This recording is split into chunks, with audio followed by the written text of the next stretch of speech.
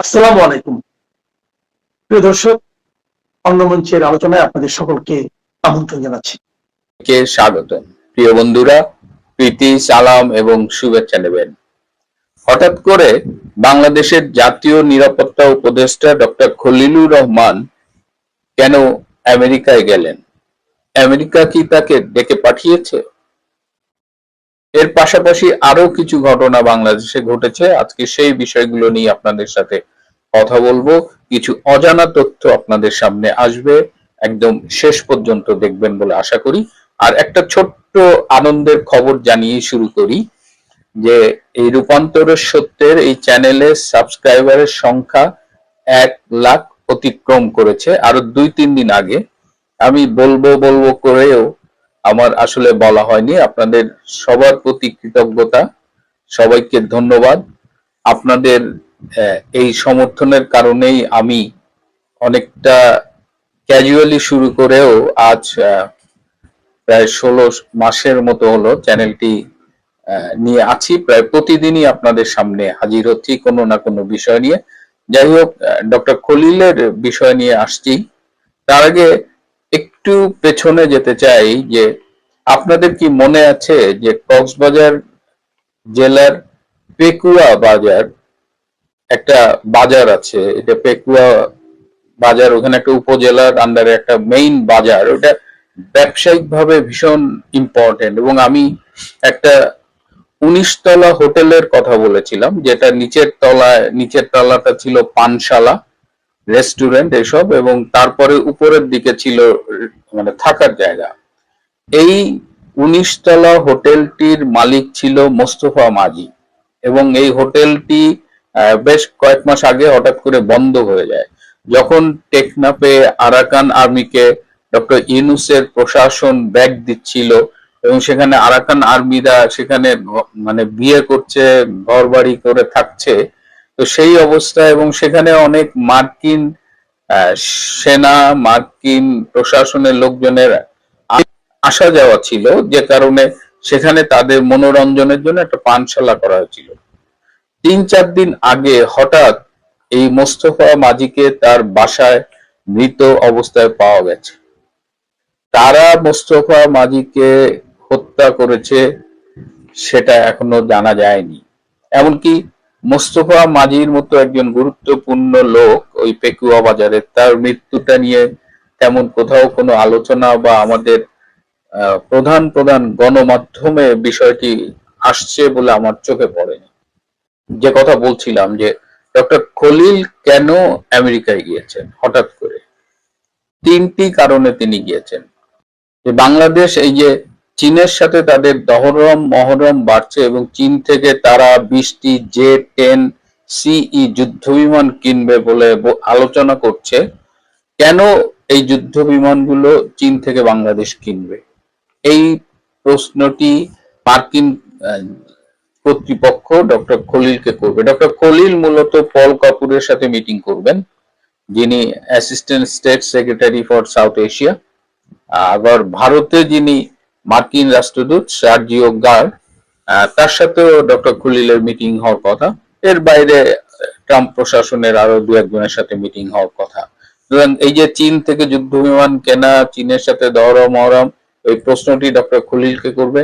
আরেকটা বিষয় যে আপনারা সোনাদিয়া দ্বীপের নাম শুনেছেন, আমরা তো বারবার সেন্ট মার্টিন দ্বীপের কথা বলছি যে সেন্ট মার্টিন দ্বীপ আমেরিকা নিয়ে নেবে, কিন্তু আমেরিকার কুনজর পড়েছে সোনাদিয়া দ্বীপের উপর। এই সোনাদিয়া দ্বীপের কাছে, সোনাদিয়াটা হলো মহেশখালী উপজেলার মধ্যে, এই সোনাদিয়া দ্বীপের কাছে একটা গভীর সমুদ্র বন্দর হবে। এই সমুদ্র বন্দরটা কে করবে এটা নিয়ে চীন অনেক ঘোরাঘুরি করছে। আবার সোনাদিয়া দ্বীপটাকে একটা ইকো পার্কের মতো করবার জন্য শেখ হাসিনা সরকার চেয়েছিল জাপানের সাথে একটা আলোচনা করতে, কারণ এটা আবার এই প্রাকৃতিক ভাবে খুব সমৃদ্ধশালী, এবং এটাকে বলা হয় যাযাবর পাখিদের দ্বীপ। তো এইখানে এখন যেহেতু আমেরিকার কুনজর পড়েছে, আমি বললাম যে আমেরিকার অনেক সৈন্যরা, আমেরিকান প্রশাসনের লোকজন এখন সোনাদিয়া দ্বীপে যাওয়া আসা করে। এই সোনাদিয়া দ্বীপে খুব রিসেন্টলি হত্যাকাণ্ড বেড়ে গেছে, বেশ কিছু খুন হয়েছে এখানে, এবং এই খুনগুলো নিয়ে ট্রাম্প প্রশাসন ভীষণ উদ্বিগ্ন এবং তারা জানতে চায় যে এই খুনগুলো কারা করছে। স্বভাবতই যখন সোনা দিয়া এই খুনগুলো হচ্ছে, অনেকেই বলছে যে ভারতের এখানে হয়তো কোনো হাত আছে, কিন্তু ভারতের পক্ষ থেকে এটি অস্বীকার করা হচ্ছে এবং ট্রাম্প প্রশাসনও মেনে নিচ্ছে হয়তো এটা ভারত করছে না। তাহলে এই ঘটনাগুলো কারা ঘটাচ্ছে এটি নিয়ে আলাপ করবে এই ডক্টর খলিলের সাথে। কারণ এখন আরাকান আর্মি কিন্তু অনেকটা ব্যাকফুটে চলে গেছে। মাঝখানে তাদের যে একটা জয় জয়কার ছিল সেই জায়গাটা তারা নেই, তারা পিছু হটেছে। তো সেই জায়গায় এখন আরাকান আর্মির ভূমিকাটা কি, এখানে আবার রোহিঙ্গারা সশস্ত্র গ্রুপ করে তারা আরাকান আর্মির বিরুদ্ধে যুদ্ধ করছে। সো এই জায়গার সমীকরণগুলো খুব জটিল হয়ে গেছে, এটি নিয়েও তার সাথে কথা হবে। আর সবচেয়ে গুরুত্বপূর্ণ যে আলোচনাটা ডক্টর খলিলের সাথে হবে সেটা হলো যে সবাই চাচ্ছে বাংলাদেশে একটা ইনক্লুসিভ নির্বাচন হোক। আপনারা দেখেছেন যে বাংলাদেশের নির্বাচন পর্যবেক্ষণ করতে জাতিসংঘ কাউকে পাঠাবে না। কদিন আগে কমনওয়েলথের দেশগুলোর অ্যাসোসিয়েশনের মহাসচিব এসেছিলেন, তিনিও বলে গেছেন যদি ইনক্লুসিভ ইলেকশন না হয় তারাও কোনো পর্যবেক্ষক পাঠাবেন না। আইআরআই যারা বাংলাদেশে থাকে, যারা কদিন আগে একটা ভুয়া জরিপ করে বললো যে 70% মতো লোকজন ইউনূসকে সমর্থন করে, তারাও এই নির্বাচন পর্যবেক্ষণ করতে আসবে না। এরকম 7টা প্রধান পর্যবেক্ষক সংস্থা বাংলাদেশে আসবে না। মানে যেহেতু ইনক্লুসিভ নির্বাচন করার এখনো পর্যন্ত অবস্থা তৈরি হয়নি, ইউনূস এখনো ঘোষণা দেয়নি বা ইউনূস সরে যায়নি, সুতরাং এই যে আওয়ামী লীগকে বাদ দিয়ে যে লোক দেখানো একটা পক্ষপাত দুষ্ট দুর্বল নির্বাচন হবে, সেই নির্বাচনে পর্যবেক্ষক পাঠিয়ে সময় এবং অর্থের অপচয় করতে চায় না এসব জাতিসংঘ, কমনওয়েলথ, এইসব সংস্থাগুলো। তো এই জায়গায় আমেরিকা ট্রাম্প প্রশাসন ডক্টর খলিলকে ডেকেছেন এ কারণে যে বারবার তার কাছে এই ডক্টর খলিলের মাধ্যমে কিন্তু মেসেজগুলো ডক্টর ইউনূসকে দেওয়া হয়েছে, যে কাতারে মিটিং হয়েছে, দিল্লিতে মিটিং হয়েছে, যে বাংলাদেশে একটা ইনক্লুসিভ নির্বাচন হোক। তো আমেরিকা এখন জানতে চায় যে বারবার বলা সত্ত্বেও কেন এই ইনক্লুসিভ নির্বাচনটা হচ্ছে না বা এখন এই পর্যন্ত কোনো ঘোষণা হচ্ছে না। এই বাংলাদেশের বর্তমানে নির্বাচনকে ঘিরে কি অবস্থা, এই পুরো বিষয়টা নিয়ে আলোচনার জন্যই ডক্টর খলিলকে ডেকেছেন। অনেকেই বলার চেষ্টা করছে যে ডক্টর খলিল আসলে গিয়েছে এই যে এখন বাংলাদেশ থেকে কেউ যদি আমেরিকান ভিসা অ্যাপ্লাই করে, বিশেষ করে বিজনেস ভিসা বা ট্যুরিস্ট ভিসা বা ভিজিট ভিসা, তাহলে তাকে একটা বন্ড মানি ডিপোজিট হিসেবে দিতে হবে। তো এই বন্ড মানিটা যেন না দিতে হয়, এই তদবির করবার জন্য ডক্টর খলিলকে আমেরিকায় পাঠানো হয়েছে। এটি আসলে অসত্য তথ্য। ডক্টর খলিল আমেরিকায় যাবে সেটি আগেই সিদ্ধান্ত হয়েছে। তারপরে এই ট্রাম্প প্রশাসন এই ঘোষণাটা দিয়েছে যে 38টা দেশের এখন ভিসার সাথে, বিশেষ করে যদি ভিসা পায় তাহলে তার সাথে ভিসা বন্ড মানি দিতে হবে। আপনি মানে 38টা দেশের নাম দেখলে আপনি দেখবেন আমাদের দক্ষিণ এশিয়া আছে নেপাল, ভুটান, আর অধিকাংশ আফ্রিকার এই যে নাইজেরিয়া বা এরকম উগান্ডা, জিম্বাবুয়ে, গাম্বিয়া, মানে যে নামগুলো আপনারা নাম শুনলে বোঝা যায় যে দরিদ্র, গরিব, যুদ্ধপীত। তো সেই জায়গায় এখন বাংলাদেশের নাম উচ্চারণ হচ্ছে। শেখ হাসিনা সরকার বাংলাদেশকে 2041 সালে উন্নত বিশ্বের দিকে নিয়ে যাওয়ার জন্য, 2030 সালের মধ্যে ক্ষুধা মুক্ত দেশ গড়বার জন্য এবং মধ্যমায়ের দেশ গড়বার জন্য একটা টার্গেট করেছিলেন এবং সেভাবে আগাচ্ছিলেন। ডক্টর ইউনূস সেখান থেকে একদম পা ধরে বাংলাদেশকে নিচে নামাচ্ছে এবং এখন বিশ্বের যে দেশগুলোর নাম শুনলে আমরা আমাদের চোখে এই ক্ষুধা মন্দা ভাসে, বাংলাদেশের নামটা সেই তালিকায় ঢুকে গেছে। ডক্টর ইউনূস এমন ম্যাজিক দেখাচ্ছেন যে তার ম্যাজিকের তুলনায়, অনেকে বলেন এটা ইউনূস ম্যাজিক, আমি বলি এটা ডক্টর ইউনূসের গালে ডোনাল্ড ট্রাম্পের চপেটাঘাত। এবং এই যে এখন এই যে ভিসা বন্ড ফি, এই বন্ড ফিটা কি, যাদের অলরেডি আমেরিকান ভিসা আছে এক্সিস্টিং তাদের জন্য এটা প্রযোজ্য না, কিন্তু নতুন করে যারা ভিসা অ্যাপ্লাই করতে যাবে তখন ওই ভিসা অফিসার 3টা ক্যাটাগরি, হয় $5,000, নাহলে $10,000, নাহলে $15,000 তাকে সিকিউরিটি ডিপোজিট দিতে হবে।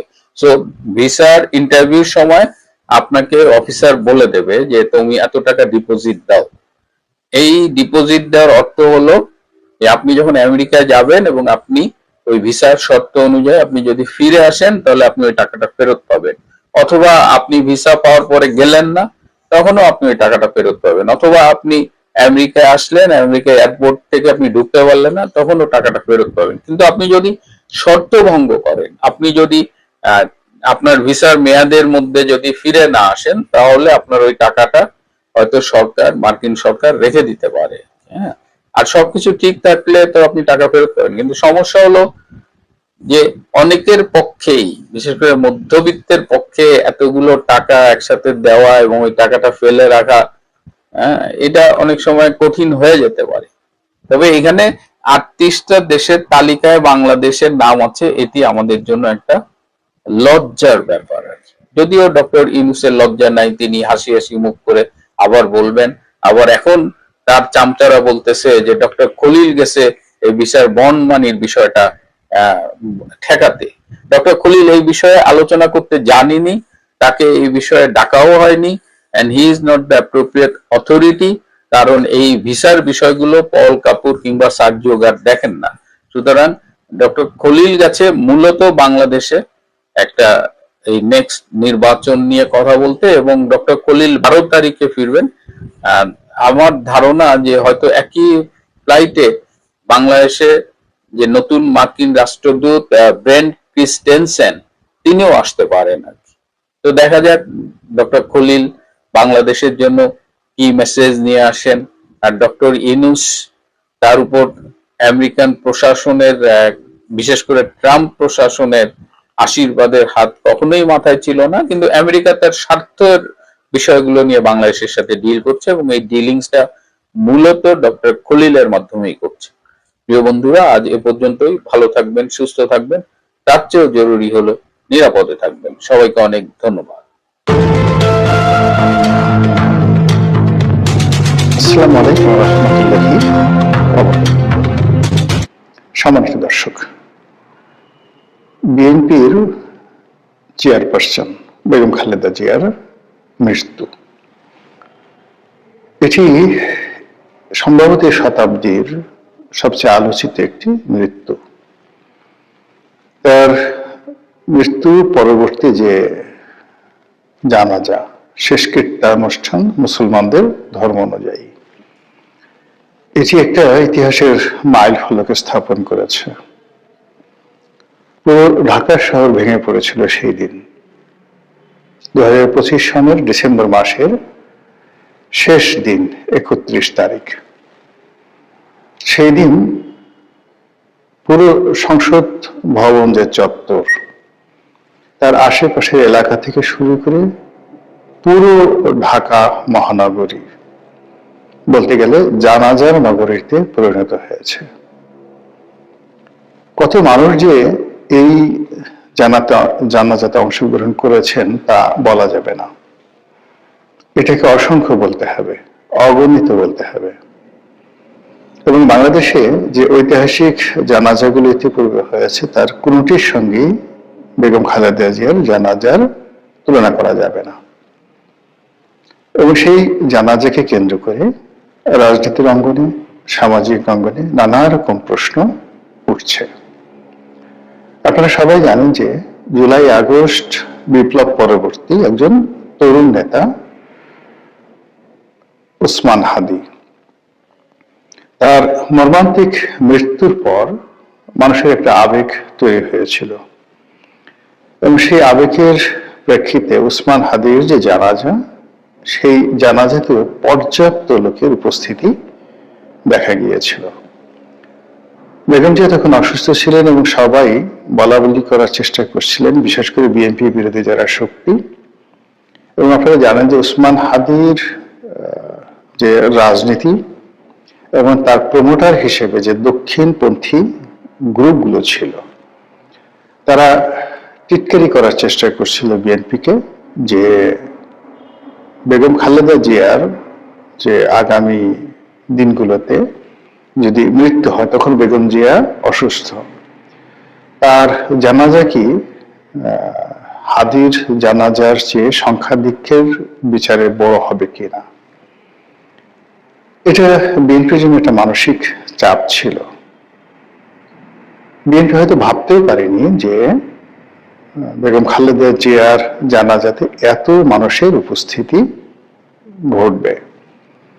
যা হোক, আমাদের বাংলাদেশে এ যাবৎকালে জানাজার যে সংখ্যাধিক্য, সেক্ষেত্রে শহীদ প্রেসিডেন্ট জিয়াউর রহমানের জানাজাতে সবচেয়ে বেশি লোক হয়েছিল বলে ইতিহাস সাক্ষী। বেগম জিয়া যখন অসুস্থ ছিলেন তখন অনেকে বলার চেষ্টা করেছেন, বিএনপির লোকজন, যে বিএনপি চেয়ারপারসনের মৃত্যু হলে তার জানাজা শহীদ প্রেসিডেন্ট জিয়াউর রহমানের জানাজার যে সংখ্যা, সেই সংখ্যাটি ছাড়িয়ে যাবে। এটা নিয়ে অনেকে অভিমান করেছেন, অনেকে বলার চেষ্টা করেছেন যে এ কথা বলা ঠিক হয়নি।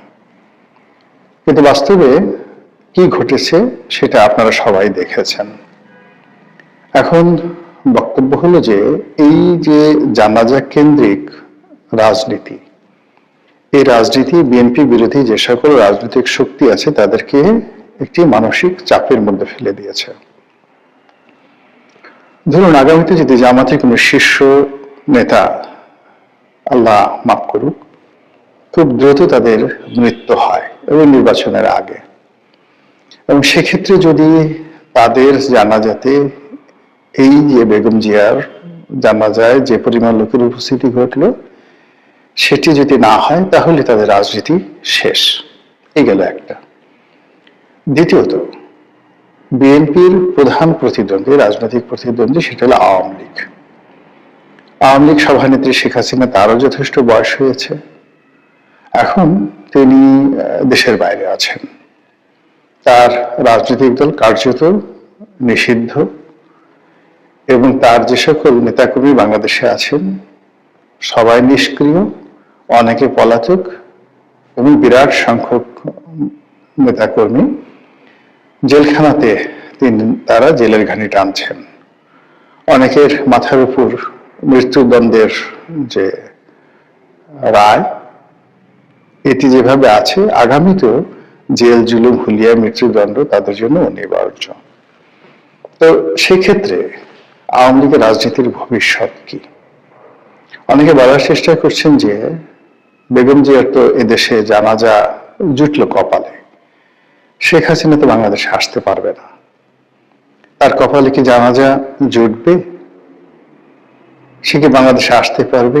কিংবা তার যদি জানাজা হয় তাহলে সেই জানাজা কি খালেদা জিয়ার চেয়ে বেশি হবে, খালেদা জিয়ার মতো হবে, নাকি তার পিতা বঙ্গবন্ধু শেখ মুজিবুর রহমানের শাহাদাত বরণের পর টুঙ্গিপাড়াতে যে স্বল্প সংখ্যক মানুষ তার জানাজাতে অংশগ্রহণ করেছিলেন এবং 570 সাবান দিয়ে তাকে গোসল করানো হয়েছিল, ওইরকম কিছু শেখ হাসিনার তাকদীরে হবে কিনা, এই বিষয়গুলো নিয়ে আলাপ আলোচনা করা হচ্ছে।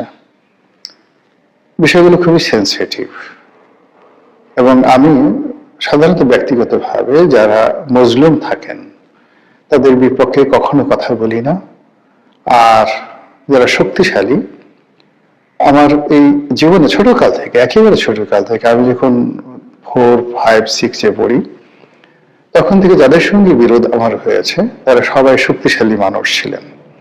আমার পর্যায়ের বা আমার সেই দুর্বল, এই সকল মানুষের সঙ্গে আমি কখনোই লড়াই সংগ্রাম করিনি। আমার যারা সমপর্যায়ের লোক তাদের সঙ্গে আমার বন্ধুত্ব সেই ছোটকাল থেকে এখন পর্যন্ত, এবং আমার কোনো বন্ধু, সেটা আমার প্রতিবেশী হন কিংবা ধরুন আমার সহকর্মী বা আমার সহপাঠী, কারোর সঙ্গে আমার জীবনে ঝগড়াঝাটি তো দূরের কথা, তুই-তুকারি পর্যন্ত হয়নি। আমি অনেক মানুষের সঙ্গে বিরোধিতা করেছি বা করে যাচ্ছি, অনেকে সমালোচনা করি, যেখানে নীতি নৈতিকতার ব্যাপার আসে, যেখানে সত্য এবং মিথ্যার বিষয় আসে, যেখানে দেশপ্রেম এবং জাতীয়তার বিষয় আসে। আমার নিজের ব্যক্তিগত কোনো বিষয় নিয়ে কারোর সঙ্গে আমার দ্বন্দ্ব সংঘাত হয়নি। মতবিরোধ হয় ক্ষেত্র বিশেষে, কিন্তু আমরা সেটা একটা নির্দিষ্ট সময়ের পর মিটিয়ে ফেলি। তো যেটা বলছিলাম যে এই মুহূর্তে আওয়ামী লীগ ইতিহাসের সবচেয়ে একটি খারাপ সময় তারা পার করছে। তো সেই ক্ষেত্রে তাদেরকে নিয়ে কোনো নেতিবাচক আলাপ আলোচনা আমার স্বভাব বিরুদ্ধ। কাজে আমি নেতিবাচক আলোচনা করব না, আমি শুধুমাত্র যে কথাগুলো আওয়ামী বিরোধীরা বলছেন এই মুহূর্তে, যে এইবার আওয়ামী লীগ আগামী 50 বছরে আসতে পারবে না, তাদেরকে আমি শুধু যে জিনিসটা বলবো যে এই মাত্র 17 মাস আগে তারেক রহমান সাহেবের অবস্থা কি ছিল, বেগম জিয়ার অবস্থা কি ছিল, লুৎফুজ্জামান বাবর সাহেবের অবস্থা কি ছিল, আর এই 17 মাস পরে পুরো পরিস্থিতি কি করে তাদের অনুকূলে চলে গেল। এটা প্রকৃতির একটা লীলা খেলা, এবং এই কাজের জন্য বিএনপির যারা নেতাকর্মী তাদের কোনো কর্ম দায়ী নয়। এটি কেবলই আল্লাহ রাব্বুল আলামিন দয়া করে তাদেরকে একটি সুযোগ করে দিয়েছেন। তারা 2001 থেকে 2006 সন পর্যন্ত ক্ষমতায় ছিলেন। ওই সময় তাদের নানা অনিয়ম, দুর্নীতি, তারপর স্বেচ্ছাচারিতা, ভুল ভ্রান্তি ইত্যাদি নানা কারণে তারা ক্ষমতাচ্যুত হয়েছেন। এই 2006 থেকে আজ অবধি তারা কেউ স্বীকার করেননি যে তারা ভুল করেছেন, তারা অন্যায় করেছেন, গুনাহ করেছেন। তারা তওবা করেছেন, কান্নাকাটি করেছেন, এবং যাকে বলা হয় যে সৎ পথে ফিরে এসেছেন।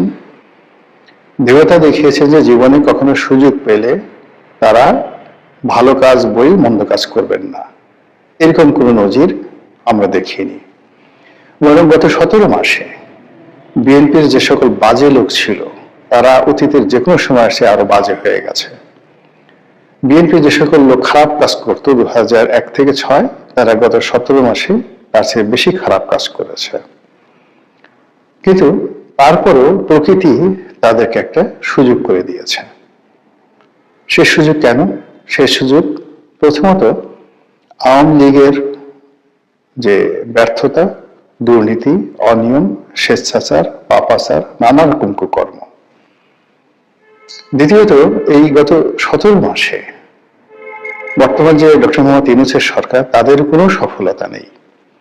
সেই সফলতা না থাকার কারণে জনাব তারেক রহমান সাহেব এবং বিএনপি বর্তমান রাজনীতিতে অনিবার্য হয়ে পড়েছেন। এটি তাদের কোনো সুকর্মের ফসল নয়। তো সেই দিক থেকে আগামী রাজনীতিতে যদি বিএনপি খুব ভালো করে, কিংবা এখন ডক্টর মোহাম্মদ ইউনূস যদি হঠাৎ করে খুব ভালো করা শুরু করেন, মানুষের আবেগ, অনুভূতি, সমর্থন পরিবর্তন হতে 1 মিনিট সময় লাগবে না। কিন্তু যদি তারা আওয়ামী লীগের মতো কর্মকাণ্ড করে, তাহলে লোকজন আওয়ামী লীগের বাদ দিয়ে বিএনপির সমালোচনা করবে বা ডক্টর মোহাম্মদ ইউনূসের সমালোচনা করবে। এবং দৈবাৎ যদি কোনো দুর্ঘটনা ঘটে যায়, ছোট্ট একটি দুর্ঘটনা, অর্থাৎ মানুষের এই মুহূর্তে যে ক্ষোভগুলো আছে, ব্যথাগুলো রয়েছে, বেদনাগুলো রয়েছে, অভাব, অভিযোগ, এবং সমাজের যে এলিট শ্রেণীগুলো, তারা মূলত বিএনপি, জামাত এবং বর্তমান যে সরকার, এই 3টি গ্রুপের উপরই বিক্ষুব্ধ অবস্থায় আছে। আপনি জানেন যে ইতিহাসের ধারাবাহিকতায় কখনো কোনো রাজতন্ত্র, কোনো রাজা ক্ষমতায় টিকতে পারেননি যখন সে দেশের এলিট সমাজ, যাদেরকে বলা হতো আমির, ওমরা বা অভিজাত বর্গ, তারা যতক্ষণ না পর্যন্ত বায়াত গ্রহণ না করেছেন, যতক্ষণ পর্যন্ত না সমর্থন দিয়েছেন এবং সহযোগিতা করেছেন, ততক্ষণ পর্যন্ত পৃথিবীর কোন রাজা, মহারাজা, সম্রাট সিংহাসনে স্বস্তিতে থাকতে পারেননি 1 মাস, 2 মাস, 6 মাস, এর বেশি না। এজন্য যখনই কেউ ক্ষমতায় বসেছেন অতীতে, সেটা আলেকজান্ডার হন, দারায়ুস হন, জুলিয়াস সিজার হন, তারা সমাজের অভিজাত বর্গের সমর্থন সবার আগে আদায় করে নিয়েছেন। এমনকি খুলাফায়ে রাশিদিনের জামানাতে যারা খলিফা হতেন, তাদের কাছে প্রথমে শীর্ষস্থানীয় সাহাবী, গোত্র প্রধানরা এসে বায়াত গ্রহণ করতেন। তো সেই অর্থে বর্তমান বিএনপি এবং বর্তমান যে অন্তর্বর্তীকালীন সরকার, এদের উপর এই দেশের যারা আমির, উমরা, এ দেশের যারা অভিজাত বর্গ, ক্ষমতাধর, ধনিক শ্রেণী, তারা কেউ তাদেরকে সমর্থন দিচ্ছে না। অধিকাংশ যার যার অবস্থান থেকে তারা এখনো পর্যন্ত বিএনপি এবং অন্তর্বর্তীকালীন সরকারের বিরুদ্ধে কাজ করে যাচ্ছে। অনেকে ঠিক আনুগত্য দেখাচ্ছেন, তেলবাজি করছেন, এটা কেবলমাত্র ভয় থেকে, কিন্তু অন্তঃস্থল থেকে কেউ তাদেরকে সমর্থন করছেন না। এই যে অভিজাত বর্গের সমর্থনহীনতার সঙ্গে শুরু হয়েছে অর্থনৈতিক বিপর্যয়, গরিব মানুষের হাহাকার, এবং এখন যে গতিতে অর্থনীতি চলছে তাতে রাষ্ট্রের চাকা চালু রাখা, দারিদ্রতার যে জ্বালামুখ এটি বন্ধ করা, মানুষের ক্ষুণ্ণি বৃষ্টি নিবৃত করা বলতে গেলে অসম্ভব। তাই যদি হয় তাহলে মানুষ আবার সেই 300 ফিটে ফিরে যাবে, পদ্মা ব্রিজে ফিরে যাবে, এক্সপ্রেসওয়েতে ফিরে যাবে, মেট্রো রেলে ফিরে যাবে, কর্ণফুলী টানেলে ফিরে যাবে, রূপপুর পারমাণবিক কেন্দ্রে ফিরে যাবে এবং বলবে এই কাজ যারা করেছে তারাই ভালো ছিল। এর কারণ হলো এই সকল কর্ম যখন হতো তখন শুধুমাত্র রাষ্ট্রীয় কর্মে লক্ষ লক্ষ মানুষ নিয়োজিত থাকতো। অর্থনৈতিক যে ট্রানজাকশন হতো তার বিনিময়ে আমরা খেয়ে পরে ভালো ছিলাম।